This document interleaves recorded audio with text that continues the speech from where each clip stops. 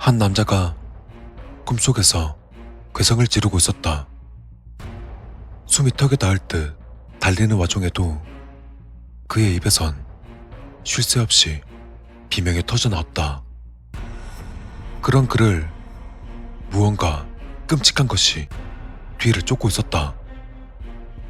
그건 악몽 따위로는 표현하기 부족할 만큼 공포스러운 모습이었다. 마치 세상의 모든 역병들을 한 사람 몸에 다 담은 듯 끔찍했다.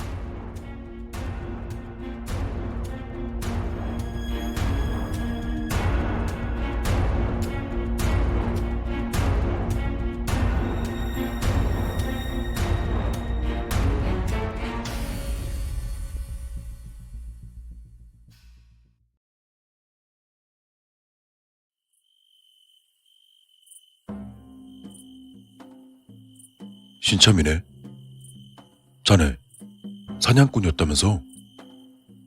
기량은 고개를 들어 그의 얼굴을 바라보았다. 마치 산적 두목처럼 생긴 그 남자는 경비대 대장이었다. 이 장이 마을의 청년들을 모아서 만든 자경단이라지만 이곳에선 사실상 정규군 취급을 받았다. 그런 경비대의 총책임자가 바로 눈앞에 있는 남자인 것이다. 네, 어렸을 때부터 산을 타고 짐승들을 잡았습니다. 덫을 놓거나 활 쏘는 건 자신 있습니다. 경비대장은 만족스러운 듯 너털 웃음을 터뜨리며 기량을 안내했다. 안 그래도 한 명 한 명이 아쉬운 상황이었는데 꽤 괜찮은 놈이 들어왔구만. 이리 말해두겠는데 이 일이 그리 쉽지가 않아. 마을 경비대라지만 어설픈 잡졸 따위랑은 비교가 안 되지. 우리가 상대하는 건 시정 잡배들이 아니라 역귀니까. 역귀란 말에 기령은 조금 심란한 마음이 들었다. 칼이나 창은 써본 적 없지? 우리의 상대는 역귀니까 칼과 창에는 능숙해야 된다고. 자네의 몸을 보니까 제법 다부지고 강단에 있어 보이니 뭐 금방 배우겠네. 내일부터 바로 훈련이다. 단단히 각오하는 게 좋을 것이야. 힘든 대신 먹고 마시는 건 전혀 부족함 없을 테니 걱정 말고. 한참 설명하던 경비대장은 잠시 주변을 두리번거리다 목소리를 낮추어 말했다. 이장님한테 살짝 들었어. 역기놈들의 비밀을 알고 있다며. 그건 경비대원 중에서도 아는 놈들이 얼마 없어. 이장님의 주술 의식을 돕는 몇 명만 알고 있는 사실이지. 우리끼린 특별조라고 말하는데 너도 특별조로 편성될 거야. 대외적으론 정찰 임무를 행하는 곳이니 눈치 거쳐할 처신하라고. 대략적으로 이미 알고 있던 내용이었지만 조금 새삼스러웠다. 이장의 주술 의식을 돕는다는 건 결국 사람을 괴물로 만든다는 것인데 경비대장의 태도는 너무 가벼웠다. 약간의 거부감이 들었지만 기령은 신경 쓰지 않기로 했다. 어차피 처음부터 각오한 일이었으니 익숙해져야 한다. 다만 이 사람과는 절대 가까워질 수 없겠다 싶은 예감이 들었다. 네, 잘 알고 있습니다. 마을을 위한 일이니 최선을 다하겠습니다. 기령의 씩씩한 대답에 경비대장은 흡족한 미소를 보이며 고개를 끄덕였다.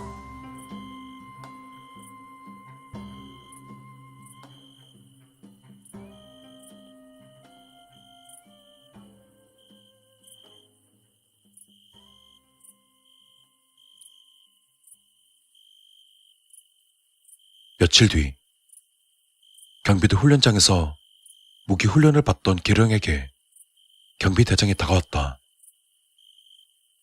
심참, 첫 번째 임무가 떨어졌다. 준비하고 나오게. 기령은 들고 있던 칼을 내려놓고서 장비를 챙겨 경비대장의 뒤를 따랐다. 임무라면 어떤 것입니까? 약간의 불안감을 느끼며 기령이 물었다. 마을 밖으로 내보낼 사람이 생겼거든. 깽판 칠 거 대비해서 우리가 가는 거야. 그리고 안전한 곳으로 데려다 줘야지. 알지? 안전한 곳. 장난스런 경비대장의 말에 기령은 헛발음을 들이켰다. 가급적 피하고 싶었던 것을 벌써 경험하게 된 것이다.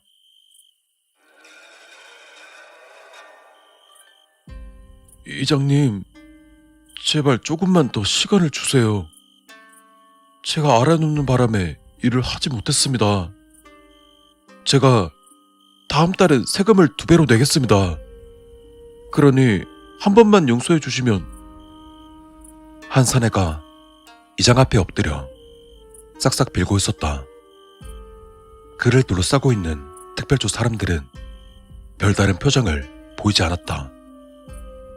그 광경을 조심스레 지켜보고 있는 마을 사람들은 다소 걱정스러운 얼굴이었지만 혹여나 불똥이 튈까 싶어 조금 떨어져서 지켜볼 뿐이었다. 아쉬운 일이네만 이미 충분히 시간을 주었네. 아파서 일을 못했단 말은 변명으로밖에 들리지 않는구만. 부양할 가족이라도 있다면 더 열심히 했겠지. 하지만 자넨 지킬 것도 없고 욕심도 없어 보이네. 그저 하루 벌어 하루 살고 모자르면 여기저기 굽신거려서 끼니 때우고 그런 식으로 안일하게 지내지 않았나. 마을을 위한 세금이 벌써 몇 달치나 밀렸는지 아는가? 내 지난달 최후 통첩을 했을 터인데 달라지는 것이 없구만. 그러니 어쩌겠나. 이쯤에서 작별을 구하는 수밖에. 이장은 그리 말하며 돌아서자 특별조 사람들이 남자를 일으켜 세웠다. 경비대장은 그에게 다가가 말했다. 이장님의 넓은 아량으로 우리 경비대가 안전한 곳까지 데려다 줄 테니 걱정 마시게. 짐은 다 챙겼지? 사내는 절망 섞인 한숨을 쉬며 짐을 챙겼다. 짐이라곤 옷가지 따위가 든 보따리 하나가 전부였다. 마을 밖으로 나간다. 모두 움직여. 경비대장의 명령에 기령을 포함한 특별조가 사내를 에워싸듯 다가가서 이동하기 시작했다. 그리고 한참 동안 아무런 말도 들리지 않았다.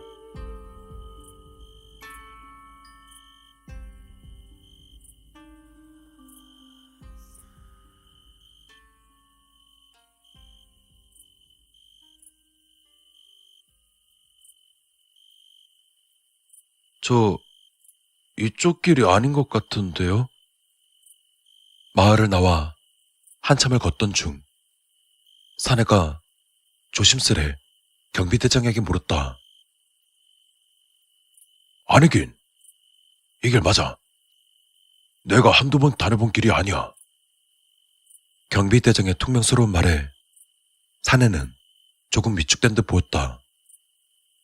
하지만 무언가 이상함을 느낀 건지 이어서 말했다. 아랫마을로 내려가는 거 아니었나요?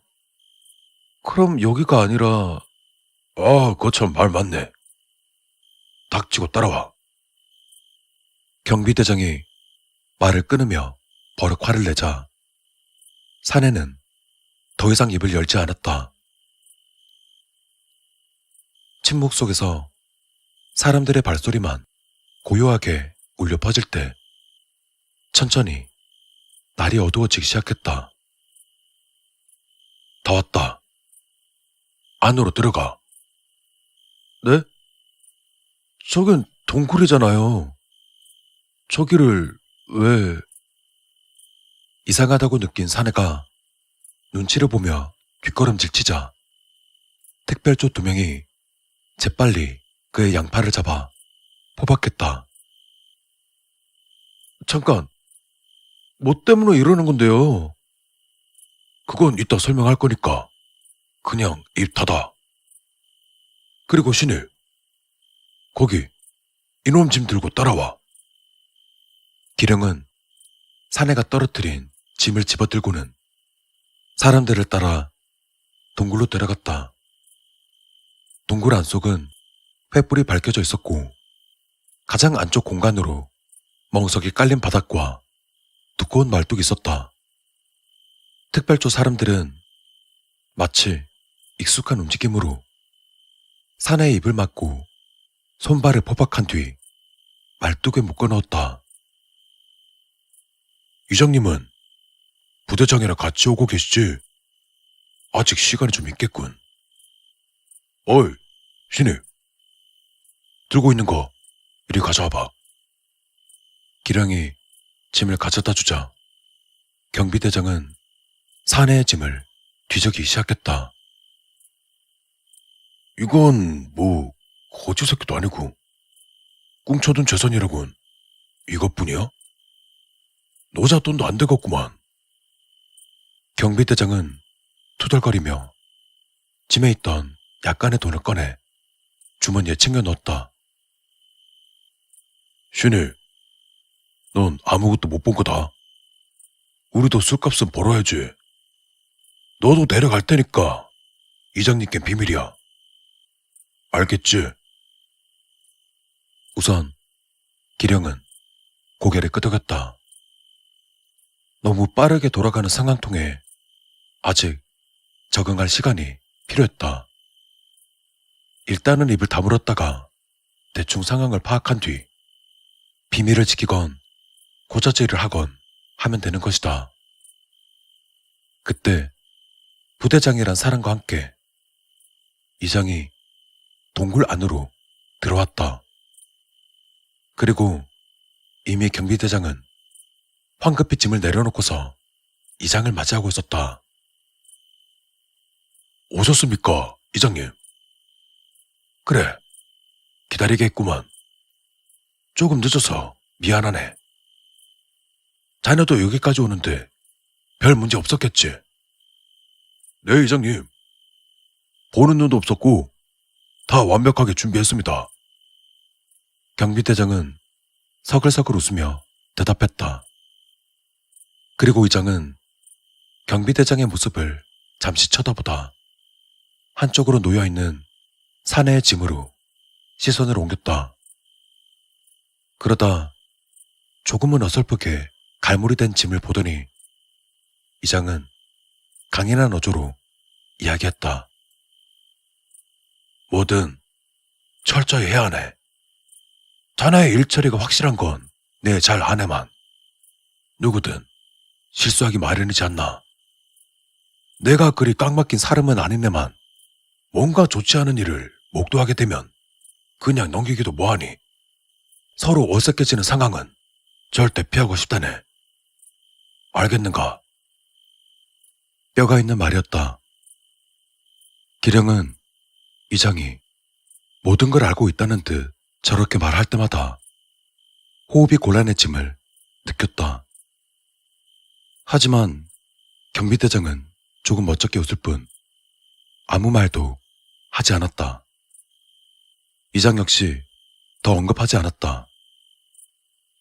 이장은 고개를 돌려 사내를 바라보았다. 시간이 많지 않으니 그럼 바로 시작하지. 재료들을 꺼내오게. 이장의 지시에 따라 특수조가 바삐 움직이기 시작했다. 그러다 이내 사내 앞으로 작은 재단이 만들어졌고 그곳에 온갖 것들이 올라가기 시작했다. 과일과 음식부터 시작해서 닭의 내장이나 생쥐의 꼬리, 심지어는 뱀의 뼈와 토끼 다리 같은 것들이 잔뜩 올라왔다. 상납받은 것들로 준비하긴 하지만 구하기 껄끄러운 것들도 있으니 신이 너는 저 재료들 떨어지지 않도록 잘 관리해. 사냥하던 가락이 있으니 그리 어렵지 않겠지. 대략 준비가 되자 경비대장이 슬쩍 와서 일러두었다. 자, 그럼 시작하지. 저 친구를 이렇게 세우게. 이장의 말에 몇몇 특별조가 사내를 일으켜 세웠다. 사내는 뭔가 심상치 않음을 느끼고는 마구 발버둥 쳤다. 내 말을 들어주게. 비록 내가 원망스럽겠지만 모두를 위한 일인 것을 알아주길 바란다네. 나를 저주해도 좋네만 우리 마을과 다른 이들을 미워하지는 말게. 자네의 희생으로 수많은 사람들이 감히 행복해질 테니 이해하게. 이장은 그 말을 끝으로 방으로 흔들며 알아들을 수 없는 말들을 뱉어내었다. 마치 주문을 외우는 것 같았다. 기령이 말로만 들었던 주술이 시작되는 모양이었다. 어린 시절 마을에서 보았던 굿하는 모습과 비슷해 보였다. 하지만 격렬할지언정 그렇게 요란법석하지 않았다.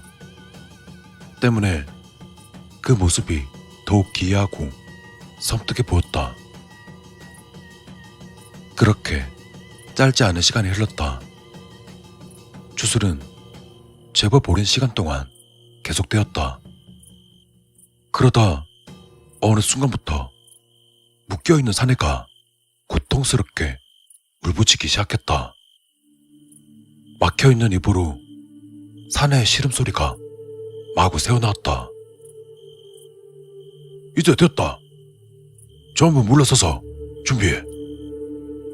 경비대장의 명령에 다들 사내 곁에서 물러나 무기를 꺼내 들었다. 그리고 얼마 가지 않아 사내의 등 쪽이 탈피라도 하듯 세로 방향으로 쭉 찢어지기 시작했다. 그걸 보고 있던 이장은 주문을 멈추고 돌아섰다. 뒤처리를 막이겠네. 난 부대장과 함께 먼저 돌아가 보겠네. 예, 이장님. 금방 정리해서 갈 테니 먼저 가서 푹 쉬시지요. 경비대장은 그 특유의 서글서글한 웃음을 지으며 이장을 배웅했다. 기령은 그 모습을 잠시 지켜보다 들고 있던 창에 잔뜩 힘을 주었다. 사람이 역기로 변하는 모습은 너무도 충격적이었다. 갈라진 등 안에선 짓무르고 핏발선 끔찍한 피부가 보였다. 마치 부패한 시체를 불에 불려놓은 듯한 끔찍한 모습이었다. 하지만 그건 시작에 불과했다. 사내가 고통에 울부짖으며 고개를 들자 머리 역시 찢어지며 끔찍한 살덩이들이 튀어나오고 있었다. 그러다 점점 부풀어서는 등에 묶인 밧줄과 옷이 뜯어져 나갔고 입마개 역시 풀려서는 사내의 비명소리가 울려 퍼졌다. 그와 동시에 엽기 특유의 그 끔찍한 냄새가 동굴을 가득 채워나갔다. 신입, 정신 차리고 그거 제대로 써. 잘못했다간 그냥 기절한다. 경비대장은 기령의 목으로 걸려있는 복면을 가리키며 말했다. 이미 특별조 모두가 복면으로 코와 입을 막고 있었다. 기령은 재빨리 복면을 쓰고는 무기를 진 손에 힘을 주었다. 긴장으로 인해 입안이 시큼해졌지만 긴장 때문에 침을 삼킬 수도 없었다. 사내는 몸을 뒤틀며 고통을 호소하고 있었다. 어느새 몸집은 2배 가까이 커져 있었고 사람의 형태만 있을 뿐 전혀 다른 모습으로 변해갔다. 거의 끝났다. 동굴 밖으로 쫓아내. 나머지 놈들은 길 열어줘. 경비대장의 명령에 역기 뒤에 있던 특별조 2명이 역규에게 창을 들이대었다. 그리고 사정없이 역기를 찔러대기 시작했다. 역규는 고통스럽게 울부짖으며 동굴 밖으로 튀어나가기 시작했다. 이번 역규는 말 잘 듣네. 가끔 안 나가고 버티는 놈이 있거든. 저렇게 풀어놔야 마음껏 돌아다니면서 역병들을 다 받아내지. 뭐 가끔 마을에 들어오려고 하는 게 문제지만 그거 막는 것도 우리가 할 일이지. 여튼 고생했다, 신입. 난 먼저 내려가서 한잔하고 있을 테니 뒷정리 잘 하고 와. 첫 임무 마쳤으니 제대로 뒷풀이 해야지. 숲으로 도망치는 역규의 모습을 보며 경비대장은 너털 웃음을 터뜨렸다. 하지만 기령의 귀에는 옆에서 들려오는 경비대장의 웃음 대신 역규의 비명만이 메아리처럼 맴돌고 있었다. 사람들과 함께 동굴 안 속을 정리하던 기령은 가만히 생각을 정리했다. 자신이 생각했던 경비대의 모습이 아니었다. 물론 기대 이상의 대우를 받았으므로 충분히 만족스러웠지만 하는 일에는 조금 의문이 들었다. 마을을 위한 일이겠지만 경비대장의 태도는 지나치게 무심했고 때로는 무감각했다. 정당하다지만 너무도 가볍게 일을 진행하는 모습은 충격적으로 다가왔다. 마을을 위해서 희생하는 사람의 물건을 아무렇지 않게 훔치는 건 역시 그리 좋아 보이지 않았다. 혹여 자신이 잘못된 선택을 한 것은 아닐까라는 그런 의문이 들던 차에 이장의 말을 떠올렸다. 자네의 희생으로 수많은 이들이 행복해질 테니 이해해주게. 이장은 희생자에 대한 충분한 예의를 갖추었고 경비대장의 행동에 대해서 경고했다. 명백한 신념으로 행동한 것이 분명하다.